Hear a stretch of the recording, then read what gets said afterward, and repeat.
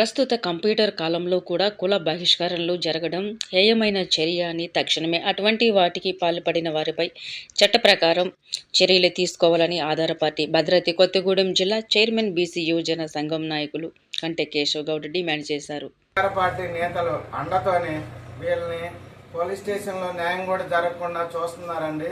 విలేకరులు ఎవరన్నా వార్త రాస్తే వాళ్ళు కూడా బెదిరింపులకు గురి చేస్తున్నారండి. వీళ్ళపైన చర్య తీసుకోవాల్సిందిగా మన రేవంత్ రెడ్డి గారిని, డీజీపీ గారిని, మన డిఎస్పీ గారిని వెంటనే స్పందించాల్సిందిగా కోరుతున్నాను.